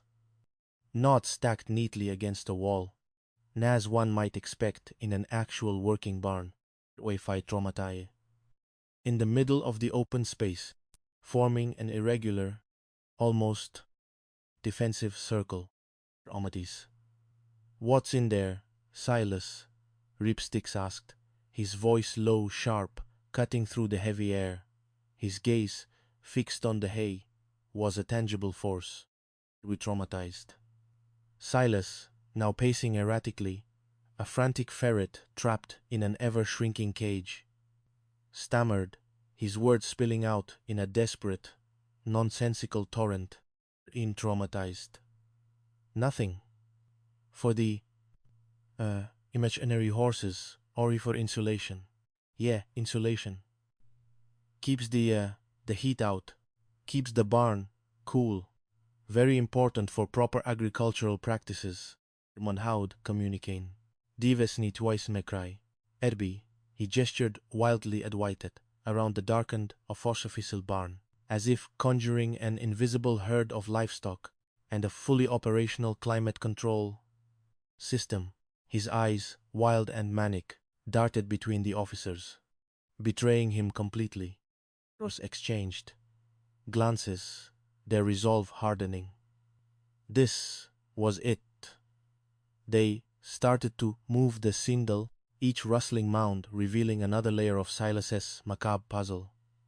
It was a tedious, dusty job, the dry straw irritating their throats, sticking to their uniforms. Offinidae ocles. Beneath the last, stubbornly heavy layer of hay, they uncovered something unexpected, chilling in its stark simplicity. A large, green, industrial-sized plastic crate. It looked like an animal transport cage, but it was far sturdier, heavily modified, reinforced with additional wire. Peculiar discovery, nestled within the crate, a jumble of clear, plastic bags, each meticulously labeled in a shaky, almost childish scrawl. Lace panties, red one, scrawled in faded marker, brass thong. thongs, ladies' underwear, lots of it, on the kirping content. A vast, intimate apparel, meticulously organized, disturbingly catalogued, omenofina. Deputy Higgins' fit optimism now thoroughly pulverized by the oppressive atmosphere.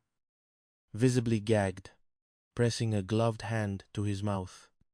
Chief, sir, what in the unholy blazes is all this? Orchin turned to Silas, whose face had gone a yellowish shade of gray. His previous sputtering bravado entirely evaporated. Mr. Slinkwater. Barty's voice was like ice, devoid of its usual warmth. What precisely are you doing with all this women-s clothing? Glooting off-a-dazed. Silas wrung his head, shaking violently, his desperation so profound it was almost comical. Ole, do laundry for charity, yes, for the orphanage, and other good causes. What is wrong with that? It's just girlfriend stuff. Old girlfriend stuff. My mom's old stuff. His lies tumbled out, tripping over each other, increasingly incoherent. Onding in Steve's meanwhile, a beacon of silent efficient horror, had found something else. Tucked away in one of the bags of lace lingerie, carefully folded, lay a single pair of purple underwear. And on it, faint but chillingly distinct in the beam of his flashlight, a dark, reddish, brown stain. Blood. Conial entity. Lyra. Barty remembered Eleanor. Describing, had favored shades of purple for her underwear. This was far, far beyond girlfriend stuff or laundry for a fictional orphanage. This was sickening. This was confirmation. Ondies. Silas. Barty's voice was now sharp as a newly honed blade, cutting through Silas's desperate babbling. Is her blood on it? Intly torn apart, Tarnaby Sentley. Silas, utterly cornered, reverted to a desperate, last-ditch narrative, grasping at whatever absurd explanation floated through his panicked brain, gone traumatized. No, no. That S for my new business. My porn business. Yeah, my artisanal niche porn business. This whole back section of the barn. Going to be my studio, my little independent production company. Waved his hands around the darkened, suffocating barn as if conjuring a bustling, glamorous movie set, populated by a legion of actresses in purple lace. Gonna make amateur movies, Hunabis. For profit, with actresses and their unique intimate apparel. Only listeners, Mr.